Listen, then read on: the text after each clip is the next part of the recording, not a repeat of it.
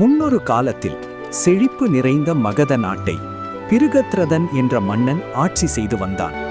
அந்த நாட்டின் மன்னனான பிருகத்ரதன் தர்ம சிந்தனையும் கடவுள் பக்தியும் கொண்ட நல்லாட்சி மன்னனாக விளங்கினான். முனிவர்களுக்கு மரியாதை செலுத்தி கடவுளை பக்தியுடன் வழிபட்டவன் அவன்.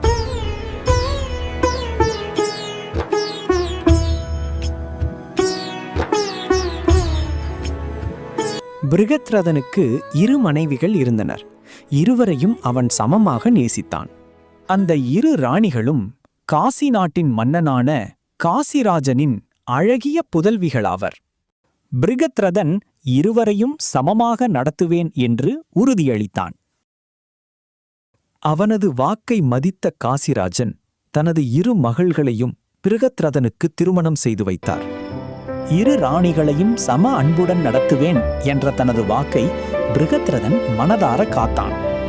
அரசாட்சியும் செல்வமும் புகழும் இருந்தும் புத்திர பாக்கியம் மட்டும் பிருகத்ரதனுக்கு கிடைக்கவில்லை. அதனால் அவன் மனம் தினமும் வேதனையில் மூழ்கியது.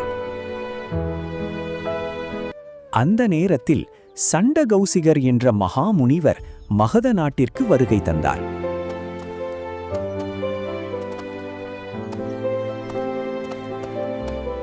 மன்னன் முனிவரை சந்தித்து எனக்கு குழந்தை வரம் வேண்டும் என்று மனமுருக வேண்டினான். முனிவர் மந்திரம் ஜபித்து ஒரு மாம்பழத்தை ஆசீர்வதித்து மன்னனிடம் கொடுத்தார். இந்த மாம்பழத்தை உன் மனைவியிடம் கொடு, உனக்கு புத்திர பாக்கியம் கிடைக்கும் என்று முனிவர் அருளினார்.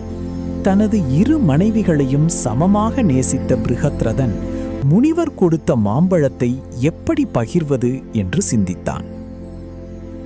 இருவரையும் சமமாக நடத்துவேன் என்று காசிராஜனிடம் அளித்த வாக்கு அவனது மனதில் மீண்டும் ஒலித்தது. அவன் அந்த மாம்பழத்தை 2ஆக வெட்டி 2 ராணிகளுக்கும் சமமாக அளித்தான்.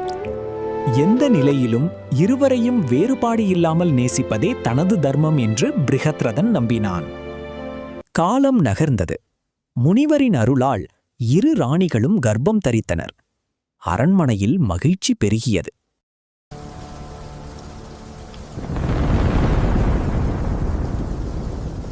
ஆனால் விதி அவர்களுக்காக ஒரு அதிர்ச்சியை மறைத்து வைத்திருந்தது. பிரசவ நேரத்தில் அரண்மனை முழுவதும் அதிர்ச்சியில் ஆழ்த்திய சம்பவம் ஒன்று நடந்தது. ஒரு ராணிக்கு உடலின் இடது பகுதி மட்டும், மற்றொரு ராணிக்கு வலது பகுதி மட்டும் கொண்ட குழந்தை பிறந்தது. அதை பார்த்த மன்னனும் அரசியரும் பயமும் துக்கமும் கொண்டு திகைத்து போனார்கள். பயந்து போன அவர்கள் அந்த உயிரற்ற சதைப்பிண்டங்களை நகருக்கு வெளியே எரியச் செய்தனர்.